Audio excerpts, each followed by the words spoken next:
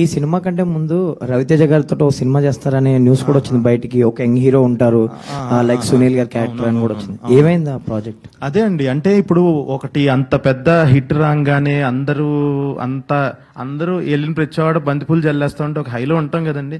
అసలు budgets mind లో పెట్టుకోకుండా, అంటే అప్పటి వరకు ఎంత నేను నా స్ట్రెంగ్స్ అయిన రూటెడ్ గా ఉండటము, ఆ కథలు అలాంటివి చేసుకుంటూ అదేంటనంటే బడ్జెట్స్ చాలా రియాలిటీకి చాలా దూరంగా ఉన్నాయి అప్పుడున్న పరిస్థితులకి.